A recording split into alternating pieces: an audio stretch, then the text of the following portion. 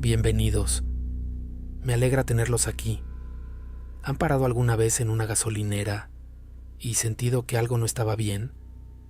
Ese empleado que los miraba diferente, esa figura que vieron por el espejo retrovisor, ese sonido que no debería estar ahí. Las 3 personas que me escribieron esta semana saben exactamente de lo que hablo y esta noche van a escuchar lo que les pasó. Gracias de corazón por acompañarnos. Les deseo una muy buena semana. Ahora sí, comencemos. Hola Sebastián. Nunca pensé que iba a terminar escribiéndote a ti, porque yo de chico veía tus videos con las luces prendidas y los audífonos a medio volumen, muerto de miedo, jurando que a mí nunca me iba a pasar nada así, porque yo vivo en una ciudad, no cruzando un desierto ni metido en un rancho solo. Tenía 19 años cuando pasó esto. Trabajaba de encargado nocturno en una gasolinera sobre la carretera, de esas que están medio a las afueras, donde ya no hay mucha luz de ciudad, y el negocio vive sobre todo de los camiones de carga que pasan de noche rumbo a la frontera. Llevaba apenas 3 meses en el puesto. Era mi primer trabajo de verdad, el que iba a pagarme la inscripción de la universidad, y para un muchacho de 19 años, quedarse solo toda la noche en una gasolinera, con la caja, con las luces del letrero zumbando allá arriba, se sentía casi como una aventura. Se dejó de sentir así como a la 3ª semana. La gasolinera tenía, todavía en esos años, un teléfono público. De esos de monedas, aunque ya casi nadie los usaba porque para entonces todo mundo traía celular. Estaba pegado a la pared exterior, junto a la puerta de la tienda de conveniencia, bajo el toldo, ahí desde que se construyó el negocio, imagino, porque hasta el aparato se veía viejo, de un modelo que ya ni se fabricaba.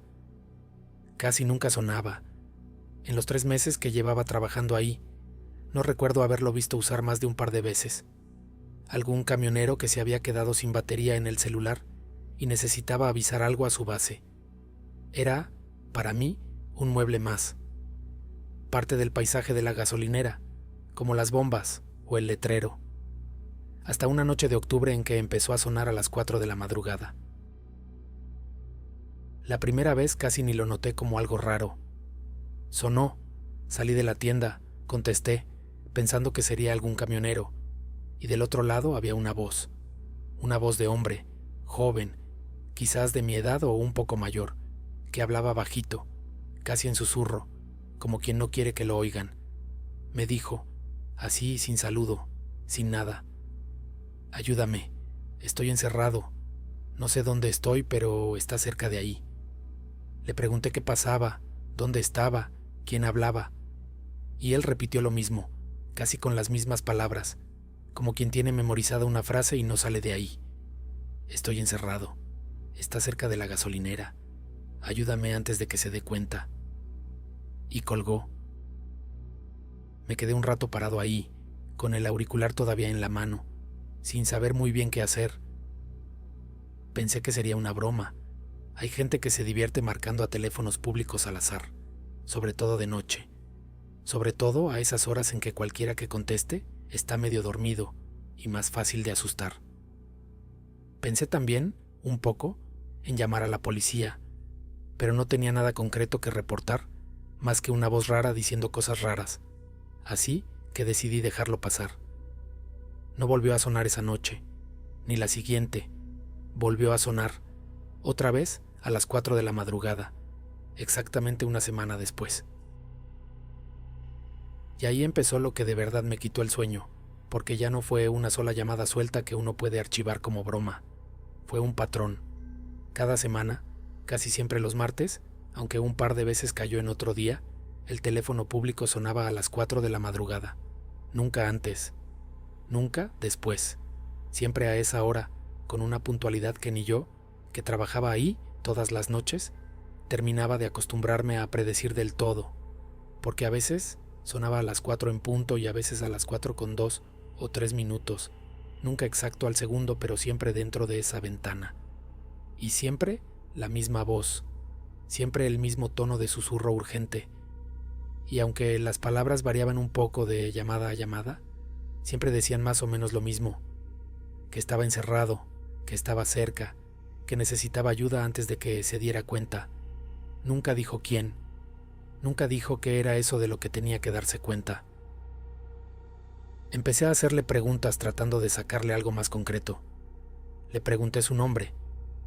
La primera vez que se lo pregunté, se quedó callado un momento largo, como pensándolo, y después dijo un nombre, Efraín, con una duda en la voz que a mí, sinceramente, me sonó raro, como si no estuviera del todo seguro de que ese fuera su nombre, o como si le costara trabajo recordarlo. Le pregunté dónde estaba exactamente. Dijo que no sabía bien, que era un lugar oscuro, que a veces oía camiones pasar, que por eso sabía que tenía que estar cerca de la carretera, cerca de la gasolinera. Dijo que había paredes, pero que no eran paredes de casa. Dijo, una vez, algo que se me quedó grabado: huele a metal y a tierra mojada aunque aquí no llueve. Le pregunté cómo estaba usando el teléfono si estaba encerrado. No me contestó eso nunca. Cada vez que le hacía esa pregunta, simplemente colgaba, como si esa pregunta en particular no la pudiera o no la quisiera responder. Al principio pensé de verdad que podía ser una persona real, alguien secuestrado, alguien retenido contra su voluntad en algún lugar cercano, y que de alguna manera estaba logrando hacer esa llamada a escondidas. En esos años, en esa zona de la carretera, no era ninguna locura pensar en algo así. Pasaban cosas, uno oía historias, y la idea de que hubiera alguien retenido cerca de mi trabajo me heló la sangre de un modo muy distinto al miedo de fantasma. Era un miedo más concreto, más urgente. Así que un martes, después de colgar, llamé yo mismo a la policía. Les conté todo lo que sabía, las llamadas, la hora, lo que decía la voz. Vino una patrulla, tomaron mi reporte y por protocolo hicieron una revisión de los alrededores de la gasolinera. El terreno baldío de atrás, una bodega abandonada que hay a unos 300 metros, unas casas a medio construir del otro lado de la carretera. No encontraron nada, ni rastro de que hubiera alguien retenido en ningún lado cercano. El oficial que tomó mi reporte, antes de irse, me dijo algo que en el momento no le di tanto peso, pero que después, con el tiempo, se me hizo cada vez más pesado. Me dijo que el número del teléfono público no tenía forma de recibir llamadas de otro número que no fuera línea fija registrada, porque así estaba configurado ese tipo de aparatos en esa compañía, y que aunque revisarían el registro de llamadas entrantes con la telefónica, dudaba que encontraran algo, porque ya había visto antes casos parecidos en otras gasolineras de la zona, con teléfonos públicos viejos, y nunca se había podido rastrear nada. Le pregunté qué quería decir con casos parecidos. Se quedó un momento callado, como midiendo si contarme o no, y al final me dijo, ya subiéndose a la patrulla, que en esa carretera, años atrás, mucho antes de que se construyera la gasolinera donde yo trabajaba, había pasado algo. No me quiso dar detalles. Dijo que mejor le preguntara a la gente más grande del rumbo, y que desde entonces, de repente, en distintos negocios que habían abierto sobre ese mismo tramo con los años, la gente reportaba cosas raras con los teléfonos. No me dio más que eso. Se fue, y yo me quedé ahí, solo, esperando a que dieran las 4 de la madrugada del siguiente martes, con un miedo distinto al que había tenido hasta entonces. Las llamadas siguieron, cada semana, cada martes, 4 de la madrugada. Yo ya no las quería contestar, pero tampoco podía evitarlo del todo. El teléfono está pegado a la puerta de la tienda, y el timbre, en el silencio de esas horas, con la carretera vacía y ni un camión pasando, se oye tan fuerte que es imposible ignorarlo. Se mete hasta los huesos. Una noche, ya iban como 2 meses de esto, decidí hacer algo distinto. Decidí no colgar tan rápido, quedarme en la línea, tratar de sacarle a Efraín, si de verdad se llamaba así, todo lo que pudiera, con la esperanza de encontrar algo que le sirviera a la policía, algo concreto. Esa noche estuvo distinta desde el principio. Contesté y antes de que yo dijera nada, él ya estaba hablando, más rápido que otras veces, con una urgencia que no le había oído antes. Dijo, ya no falta mucho, ya casi se da cuenta, tienes que venir tú, tienes que venir a buscarme tú, porque los que mandaste antes no supieron dónde ver. Le pregunté dónde tenía que buscar.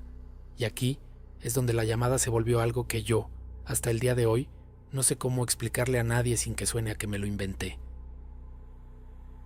Me dijo con esa voz baja y urgente: detrás de la bodega vieja hay una reja tapada de maleza. Ahí abajo hay un hueco, como una coladera grande, pero no es coladera. Ahí estoy. Y colgó. Me quedé parado con el auricular en la mano, mirando hacia la oscuridad del terreno baldío que hay detrás de la gasolinera, hacia donde se alcanza a ver, muy a lo lejos, la silueta de esa bodega abandonada que la patrulla ya había revisado por fuera meses antes. Y aquí tengo que confesarte algo, Sebastián, que no le he contado a nadie completo hasta ahora. Esa noche, con 19 años, solo, a las 4:15 de la madrugada, caminé hacia allá. No sé bien por qué lo hice. A veces pienso que fue la curiosidad de la juventud, esa que a uno lo hace sentirse invencible sin serlo. A veces pienso que fue algo más simple, que después de 2 meses de oír esa voz, de esa urgencia repetida semana tras semana, algo en mí ya no podía seguir ignorándolo sin ir a ver, aunque fuera una vez, aunque fuera solo para quedarme tranquilo de que no había nada. Llevaba la linterna de la tienda, la que usábamos para cuando se iba la luz. Crucé el terreno baldío, entre la maleza seca que crece ahí, con el corazón en la garganta, hasta llegar detrás de la bodega, y ahí estaba la reja, una reja metálica, vieja, oxidada, medio hundida entre la maleza, exactamente donde había dicho la voz. La alumbré con la linterna. Debajo se veía un hueco oscuro, no una coladera de las que uno conoce, de esas redondas para drenaje pluvial, sino algo más grande, casi del tamaño de un pozo, con paredes de ladrillo viejo que bajaban y se perdían en la oscuridad antes de que la luz de mi linterna alcanzara a mostrarme el fondo. Me acerqué más, alumbrando hacia adentro, tratando de ver algo, cualquier cosa, que confirmara o desmintiera lo que la voz me había dicho. No vi a nadie, no vi ningún cuerpo, ninguna persona, ninguna señal de que ahí hubiera estado alguien encerrado, vivo o de otra manera. Lo que vi fue un hueco vacío, profundo, con esa clase de oscuridad que a la luz de una linterna sencilla no logra tocar del todo el fondo. Pero olía. Ahí sí que olía, tal como había dicho la voz por teléfono tantas semanas, a metal viejo y a tierra mojada, aunque en esa zona, en esa temporada, no había llovido en semanas. Me quedé ahí, agachado junto a la reja, alumbrando hacia el hueco, y fue entonces cuando oí, desde adentro, muy bajito, algo que me hizo salir corriendo de vuelta a la tienda sin voltear ni una sola vez. Oí, subiendo desde el fondo de ese pozo, la misma voz que llevaba 2 meses hablándome por teléfono, pero no estaba hablando conmigo. Estaba susurrando con esa misma urgencia de siempre, la misma frase que me decía cada martes a las 4 de la madrugada. Ayúdame, estoy encerrado, está cerca. Ayúdame antes de que se dé cuenta. Solo que ahora no venía de un auricular, venía de la oscuridad del pozo, directo hacia mí, como si la voz hubiera estado ensayando esa misma frase todo este tiempo, esperando a que alguien se acercara lo suficiente para oírla, sin el teléfono de por medio. Reporté todo eso a la policía al día siguiente, con más detalle del que les había dado antes. Volvieron a ir, esta vez con más gente, revisaron el pozo con cuerdas y linternas más fuertes. No encontraron ningún cuerpo, ninguna persona, nada más que un pozo seco de una construcción vieja, de esas que a veces quedan de obras que nunca se terminaron, con el fondo lleno de escombro y basura acumulada por años. Las llamadas pararon después de esa noche. No sonaron nunca más el martes siguiente, ni el siguiente, ni en las semanas que me quedaban de trabajo ahí antes de dejar el puesto, porque lo dejé, unos meses después, con la excusa de que había entrado a trabajar en otro lado, aunque la verdad es que ya no soportaba quedarme solo en esa gasolinera después de las 3 de la madrugada. Hablé, ya antes de irme, con uno de los empleados más viejos que trabajaban de día en la gasolinera, un señor que llevaba ahí desde que se construyó el negocio. Le conté con cuidado, sin sonar loco, lo que me había pasado, y él sin sorprenderse mucho, me dijo que hacía muchos años, antes de que existiera la gasolinera, en ese mismo terreno había habido una obra que se quedó a medias, un motel que nunca se terminó de construir, según él, porque el dueño se quedó sin dinero a la mitad y todo se abandonó, incluidos varios pozos y cimientos que nunca se rellenaron bien. Y me dijo, ya para terminar, algo que no he podido sacarme de la cabeza en todos estos años, que él, de joven, también trabajó de noche en un changarro que hubo antes en ese mismo lugar, y que también, de vez en cuando, recibía llamadas raras en la madrugada, que él nunca fue a buscar de dónde venían, que por eso seguía vivo para contármelo. No sé si las llamadas volvieron después de que yo me fui. No he vuelto a esa gasolinera en años, y no tengo forma de saber quién trabaja ahí ahora, ni si el teléfono público sigue siquiera instalado. Quizás ya lo quitaron, como han ido quitando tantos en tantos lugares.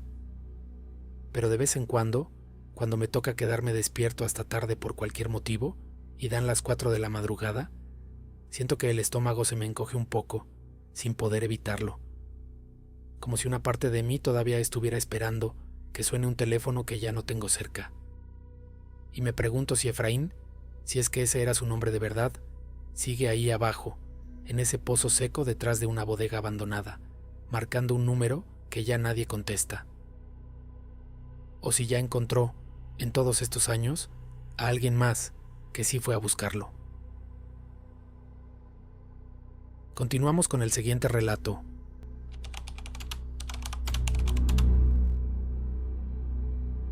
Sebastián, llevo escuchándote como año y medio, siempre de noche, siempre con la luz de la cocina prendida aunque esté sola en la casa. Nunca pensé que te iba a escribir, pero hay una lluvia que cae distinto en la carretera, una lluvia que se oye distinto 15 años después, y esta semana llovió así, y ya no pude más de cargarlo yo sola. Trabajé 9 años de cajera y encargada de turno en una gasolinera sobre la carretera libre que va de Tepic a Guadalajara, uno de esos tramos largos de curva y monte, donde de noche no hay más luz que la del letrero de la gasolinera y los faros de lo que pase. Empecé ahí a los 22 años y me fui a los 31, no porque quisiera, sino porque ya no aguantaba los turnos de madrugada. Y todo por lo que te voy a contar. Esa noche llovía fuerte, de esas lluvias de la sierra que bajan de golpe, sin avisar mucho, y que en la carretera libre son peligrosas porque el asfalto viejo se pone resbaloso y la neblina se mete entre los cerros. Yo tenía el turno de las 11 de la noche a las 7 de la mañana, sola en caja, con un compañero que hacía las rondas afuera, checando las bombas, ayudando a los camioneros. Adentro, en la tienda casi siempre estaba yo sola. La gasolinera tenía 2 baños para clientes, hombres y mujeres, en un pasillo aparte, saliendo de la tienda, bajo un techito de lámina que en noches de lluvia como esa, hacía un ruido constante, como tamborileo, que se metía por todos lados. Esa noche de la que te hablo no fue la primera vez que pasó lo que voy a contarte, pero fue la que me hizo dejar de decirme a mí misma que eran imaginaciones. Como a la 1:30 de la madrugada entró una muchacha, sola, empapada, pidiendo usar el baño antes de seguir su camino. Venía manejando, dijo, y la lluvia la había agarrado en despoblado. Le di la llave, como siempre, porque los baños se cierran con llave por seguridad, y uno se las presta a los clientes en el mostrador. Se fue por el pasillo. Yo me quedé en caja, viendo las pantallas de las cámaras que tenemos ahí atrás del mostrador. 4 cuadros, 4 cámaras. La entrada, las bombas, el pasillo de los baños y una que da al estacionamiento de atrás. Es rutina verlas. Uno las tiene ahí de reojo toda la noche sin ni siquiera pensarlo, como quien tiene puesta la radio de fondo. La vi entrar al baño de mujeres. La cámara del pasillo alcanza a agarrar la puerta. No el interior, obviamente, pero sí el momento en que entra y el momento en que sale, y cualquier movimiento por ese pasillo mientras tanto. No pasó nada raro en la cámara. Eso quiero dejarlo bien claro desde ahorita, porque es la parte que después me volvió loca tratando de entenderla. En la cámara, en el pasillo, no entró nadie más. La muchacha entró sola al baño, y en la cámara, mientras estuvo adentro, el pasillo se quedó vacío, sin nadie, ni un segundo de otra persona pasando por ahí. Salió como a los 5 minutos, pero salió distinta a como entró. Entró apurada, mojada, con esa prisa normal de alguien que solo quiere resolver algo rápido y seguir su camino. Salió pálida, caminando despacio, casi arrastrando los pies, viendo para atrás cada 2 o 3 pasos, hacia la puerta del baño que ya se había cerrado detrás de ella. Llegó al mostrador y me devolvió la llave con la mano temblando. Le pregunté si estaba bien, porque se le notaba, cualquiera lo hubiera notado. Me dijo que había alguien parado detrás de ella en el espejo. Se lo tuve que pedir que me lo repitiera porque en el momento no le entendí bien, o no quise entenderle. Me dijo que mientras estaba lavando las manos viéndose al espejo, había visto, atrás de su propio reflejo, la figura de alguien parado. No supo describirme bien qué forma tenía. Dijo que era como una sombra con forma de persona, sin cara clara, solo la silueta, parada justo detrás de ella, tan cerca que si hubiera sido de verdad, ella habría sentido el aliento en la nuca. Dijo que volteó de inmediato, del susto, y que atrás de ella, en el baño real, no había nadie. Solo la puerta cerrada, los mismos 2 cubículos vacíos que había revisado al entrar, por costumbre, como hace toda mujer que entra sola a un baño de carretera de madrugada. Volvió a ver al espejo, dijo, y ahí seguía. La sombra, parada, quieta. ¿Viéndola? O eso sintió ella, que la estaba viendo, aunque no tuviera cara con la que ver. Salió corriendo sin terminar de lavarse las manos. Le dije lo que uno le dice a alguien en ese estado, que seguro fue un juego de luces, que esos focos fluorescentes a veces titilan y hacen sombras raras, que la lluvia y los nervios de manejar de noche le habían jugado una mala pasada. Se fue, ya más tranquila, o al menos fingiéndolo, y yo me quedé ahí, sola, con esa sensación en el estómago que a una mujer que trabaja de noche ya se le hace conocida, la de que algo no cuadra, pero que no conviene pensarlo mucho si una tiene que quedarse ahí sola hasta las 7 de la mañana. No fue la última vez que pasó. En los 9 años que trabajé ahí, calculo, y esto lo empecé a anotar después, en una libreta que guardaba en el cajón de la caja, algo que nunca le enseñé a nadie de la empresa porque hubiera sonado a que estaba loca, que me tocó oír una variación de esa misma historia unas 15 o 16 veces, siempre de gente que entraba sola, siempre de noche, casi siempre pasada la medianoche, aunque no exclusivamente, y casi siempre, aunque no siempre, coincidía con noches de lluvia. No siempre era el baño de mujeres. Un par de veces fueron hombres los que salieron pálidos, contando lo mismo.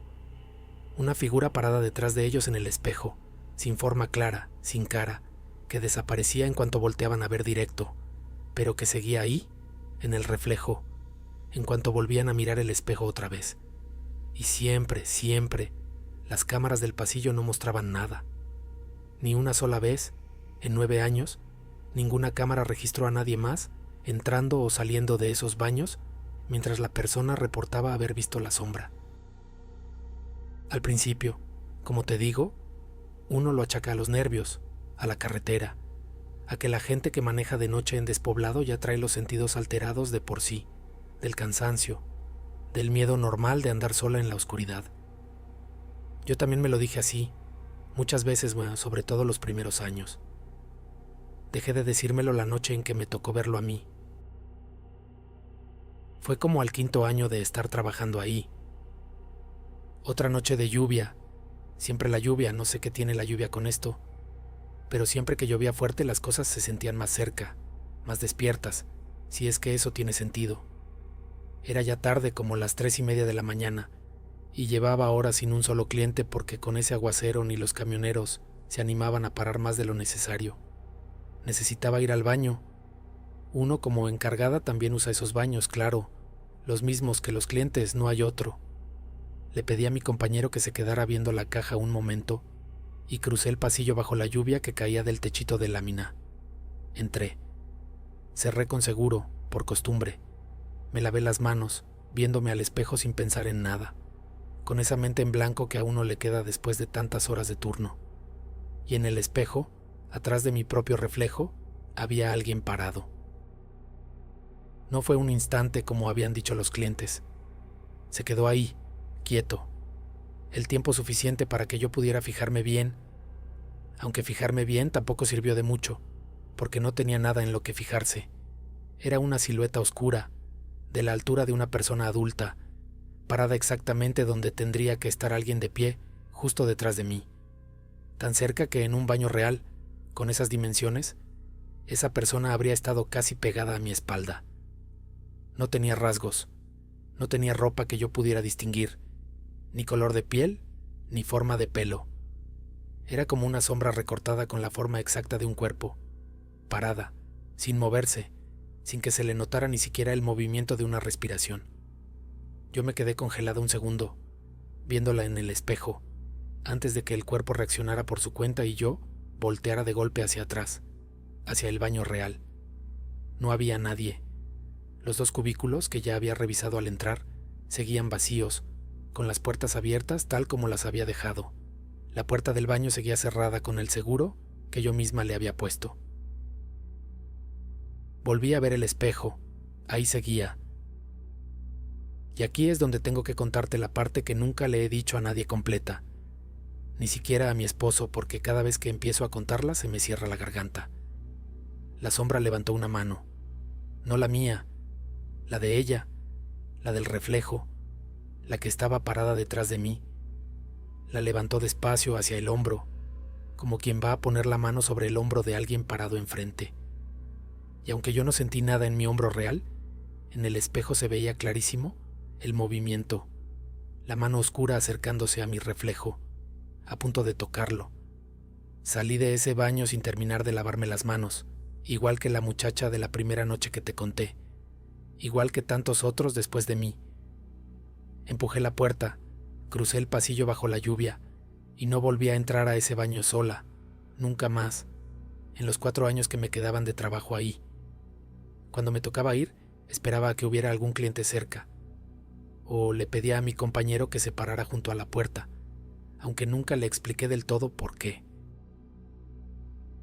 Con los años empecé a preguntar, con disimulo, a la gente más grande del rumbo, a otros trabajadores de gasolineras vecinas, a un par de choferes de camión que paraban seguido ahí y que llevaban toda la vida en esa carretera.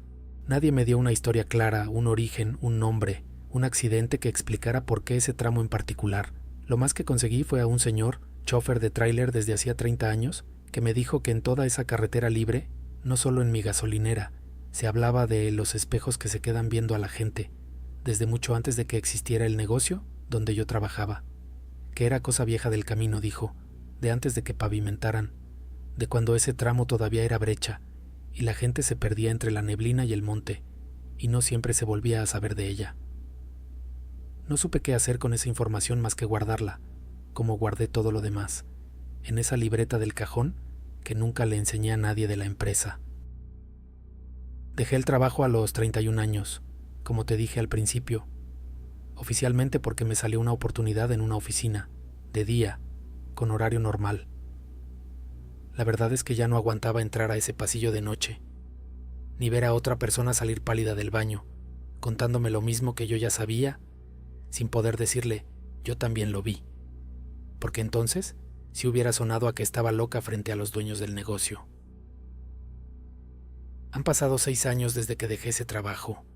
Vivo en Guadalajara ahora, con mi esposo, lejos de esa carretera, pero esta semana volví a pasar por ahí, por cosas de la familia, de noche, y llovía. Esa lluvia de la que te hablé al principio, la que cae distinto en ese tramo, no me detuve. No pensaba detenerme nunca más en esa gasolinera, aunque tuviera el tanque en reserva. Pero al pasar, con la lluvia golpeando el parabrisas, alcancé a ver, un segundo, el letrero encendido y el pasillo de los baños bajo el techito de lámina. Y me pareció ver, parada bajo ese techito, una silueta, quieta, bajo la lluvia, sin mojarse, viendo hacia la carretera, viendo, creo, hacia los coches que pasan. Aceleré. No le dije nada a mi esposo que iba manejando. Me quedé viendo por el espejo retrovisor hasta que la luz del letrero se perdió detrás de la curva. Y me pregunté, como me lo he preguntado tantas noches desde que dejé ese trabajo, si esa sombra sigue ahí solo, porque le gusta ese pasillo bajo la lluvia, o si sigue esperando a que alguien más entre sola, de madrugada, a lavarse las manos frente a un espejo que, ya sabe, mejor que nadie, quién anda solo en la carretera. Continuamos.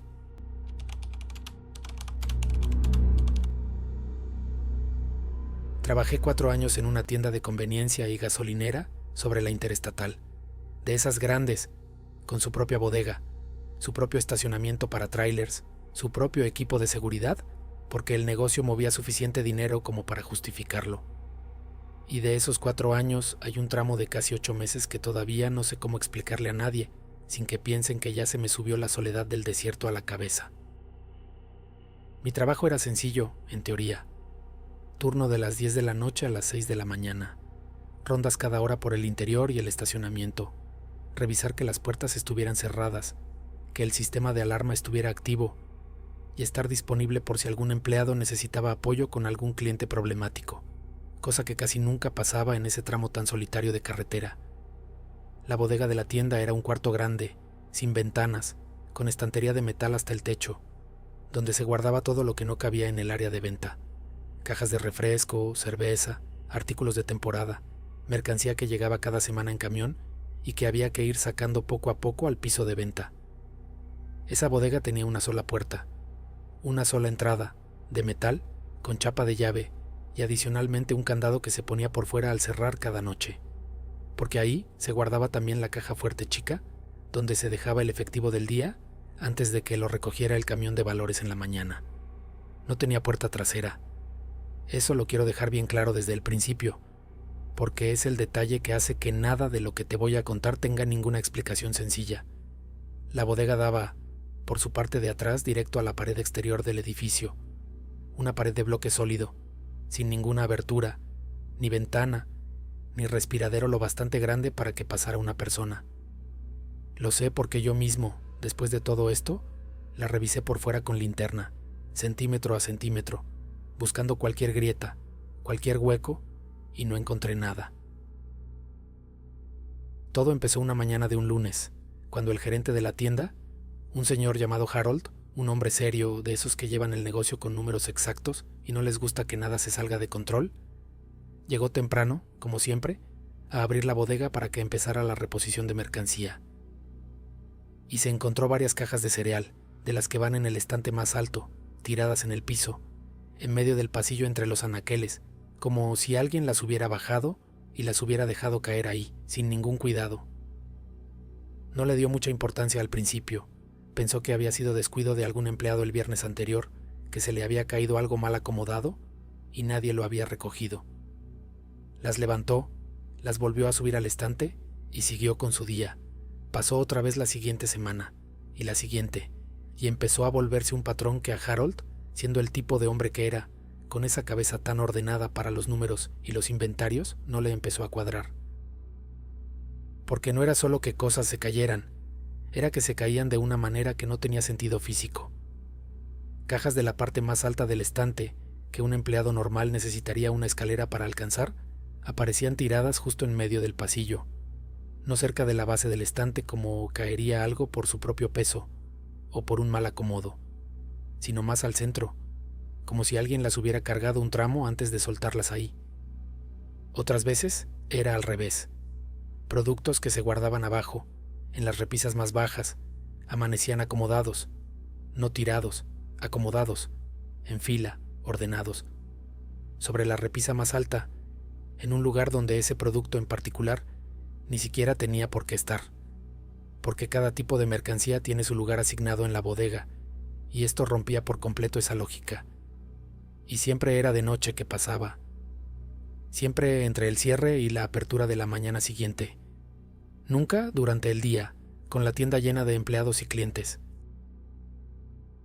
Harold me llamó a mí, específicamente cuando ya llevaba varias semanas de esto, porque yo era el guardia de las rondas nocturnas y, en teoría, el único que estaba despierto y presente en el edificio durante esas horas en que la bodega se quedaba cerrada con llave.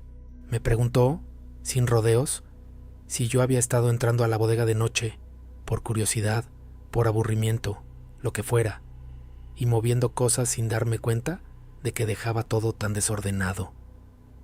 Le dije que no, que yo ni siquiera tenía llave de la bodega. Esa la tenían solo el gerente y el subgerente, por el tema de la caja fuerte, y que mis rondas eran por fuera del cuarto, revisando que la puerta y el candado estuvieran en su lugar, nada más. Me pidió que empezara a poner más atención en mis rondas, específicamente hacia esa puerta, y que anotara cualquier cosa rara que notara. Empecé a hacerlo, cada ronda, cada hora. Revisaba la puerta de la bodega con más cuidado del normal. Candado cerrado, chapa cerrada, todo en orden, siempre, cada vez que yo pasaba por ahí. Y sin embargo, cada mañana, cuando Harold o el subgerente abrían para empezar el día, algo dentro de esa bodega había cambiado de lugar durante la noche.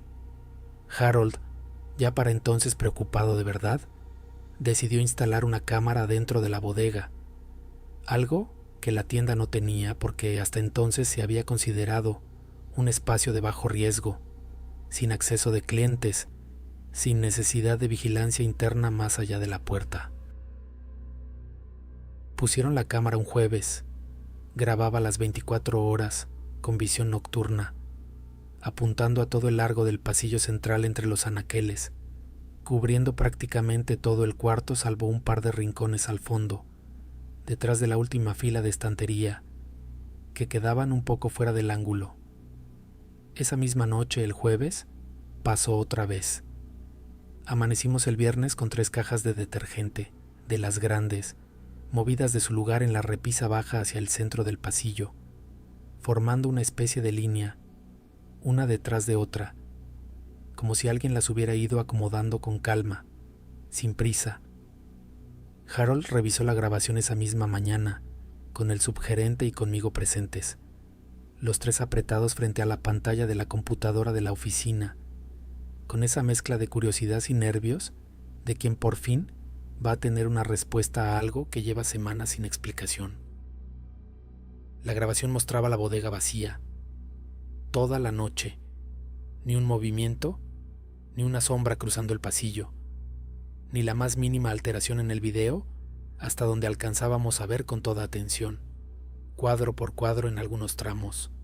Y sin embargo, en algún momento entre el cierre del jueves y la apertura del viernes, esas 3 cajas de detergente habían cambiado de lugar, en un cuarto que la cámara mostraba, sin interrupción, completamente vacío. Harold se quedó viendo la pantalla un rato largo sin decir nada. Yo también me quedé callado, porque no sabía qué decir que no sonara absurdo.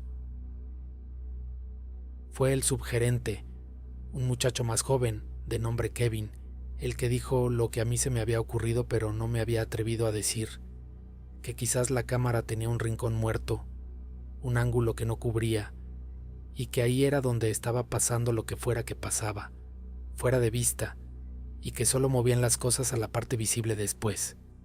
Tenía sentido, en parte.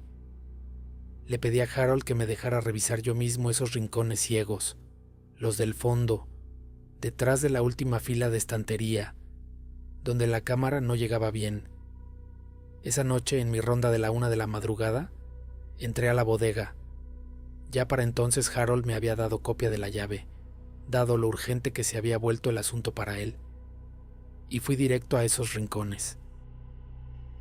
No encontré ninguna persona escondida, claro, pero encontré algo que se me quedó grabado de una manera que las cajas movidas nunca lograron. En el rincón más oscuro, el que menos alcanzaba la cámara, detrás de la última repisa, había una cobija tendida en el piso. No una cobija cualquiera, tirada como basura. Una cobija doblada, acomodada, como quien hace su cama todos los días con cuidado. Y junto a ella, un par de latas de comida vacías, limpias, apiladas con orden, y una botella de agua medio llena, como si alguien viviera ahí. Le avisé a Harold de inmediato, por radio, y llegó él mismo esa misma noche, alarmado, con el subgerente también. Revisamos juntos ese rincón con más calma, con más luz. La cobija, las latas, la botella. Y algo más que a mí, personalmente, fue lo que más me heló la sangre. Al lado de la cobija, marcado en el polvo del piso de concreto, había algo parecido a una silueta. como la marca que deja un cuerpo cuando se acuesta mucho tiempo en el mismo lugar, sobre una superficie con polvo, dejando limpio el espacio exacto donde estuvo una persona recostada, del tamaño de una persona adulta, con la forma clara de un torso, de piernas, de una cabeza recargada de lado. Harold llamó a la policía esa misma madrugada, pensando, como cualquiera hubiera pensado, que se trataba de alguien sin hogar, que de alguna manera había encontrado forma de entrar y esconderse, viviendo ahí, a escondidas, aprovechando quién sabe qué hueco que nosotros no habíamos encontrado. Vino la policía del condado, revisaron todo el edificio con calma, por fuera y por dentro, buscando cualquier posible acceso, ductos de ventilación, alguna grieta en la pared, algo. No encontraron nada. La bodega seguía siendo estructuralmente un cuarto sellado, con una sola puerta, sin ninguna otra forma de entrar o salir que no fuera esa puerta, que seguía cerrándose con llave y candado cada noche, y que yo mismo revisaba cada hora en mis rondas sin ver jamás nada raro. Se llevaron la cobija, las latas, tomaron fotos de la marca en el polvo. El caso, hasta donde yo supe, nunca se resolvió. Nunca identificaron a nadie, nunca encontraron huellas útiles, nunca dieron con una explicación de cómo alguien podía estar entrando y saliendo de un cuarto sellado sin activar jamás la alarma, ni aparecer una sola vez, ni un segundo, en la cámara que grababa las 24 horas. Después de eso, la empresa reforzó la seguridad. Cambiaron chapas, pusieron una segunda cámara con otro ángulo, revisaron el sistema de alarma completo por si tenía alguna falla que permitiera desactivarlo sin que quedara registro. Todo salió en orden. El sistema funcionaba perfecto. Y sin embargo, aunque ya no volvieron a aparecer cajas movidas de esa manera tan clara, tan deliberada, sí siguieron pasando cosas menores, de vez en cuando, durante los meses que me quedaban de trabajo ahí. Un producto que amanecía ligeramente movido de su lugar exacto. Una caja que aparecía con la tapa abierta, aunque nadie recordara haberla abierto. Nada tan dramático como al principio, pero suficiente para que ninguno de nosotros, ni Harold, ni Kevin, ni yo, volviera a entrar solo a esa bodega sin pensarlo 2 veces antes. Dejé ese trabajo hace 7 años, ya para entonces con una explicación que nunca me convenció del todo, pero que era la única que me permitía dormir. Que a lo mejor había sido alguien, de carne y hueso, con una manera de entrar que ninguno de nosotros logró encontrar, que se cansó o se fue a otro lado cuando la seguridad se puso más dura. Pero hay 2 cosas que no me dejan quedarme tranquilo con esa explicación tan sencilla. La primera es la marca en el polvo. Yo he visto marcas de cuerpo en superficies con polvo, de gente que de verdad duerme ahí, y esa marca no tenía el desgaste, el movimiento natural, las huellas repetidas que deja alguien que se acuesta noche tras noche en el mismo sitio, cambiando un poco de postura cada vez. Esa marca era limpia, perfecta, como si la hubiera dejado una sola vez con todo el peso de un cuerpo, y nada se hubiera vuelto a mover de ahí en mucho tiempo antes de que nosotros la encontráramos. La segunda es algo que Kevin, el subgerente, me contó ya para cuando yo estaba por dejar el trabajo. Algo que él nunca le dijo a Harold, porque le daba pena que pensaran que estaba loco. Me dijo que una de esas últimas noches, antes de que reforzaran todo, le tocó a él hacer una revisión tarde, ya casi de madrugada, y que al entrar a la bodega por una fracción de segundo, antes de que se encendiera la luz por completo, alcanzó a ver, en ese rincón del fondo, algo agachado, algo del tamaño de una persona, en cuclillas, junto a donde había estado la cobija, y que cuando la luz terminó de encenderse por completo, ya no había nada. No sé quién o qué vivía en esa bodega sellada, sin puerta trasera, sin ningún hueco que ninguna revisión lograra encontrar. No sé si alguna vez de verdad se fue, o si nomás aprendió a moverse con más cuidado después de que le pusimos más ojos encima. Lo único que sé es que de los 4 años que trabajé en ese lugar del desierto, ninguna otra cosa, ni los camioneros raros, ni las noches de viento que aúllan entre las dunas, ni la soledad de esas rondas de madrugada, me dejó tan marcado como pensar en esa marca perfecta en el polvo, del tamaño exacto de un cuerpo, esperando quieta ahí adentro, en un cuarto que nadie, según todas las cámaras y todas las cerraduras, tenía forma de entrar. Por hoy, esto es todo.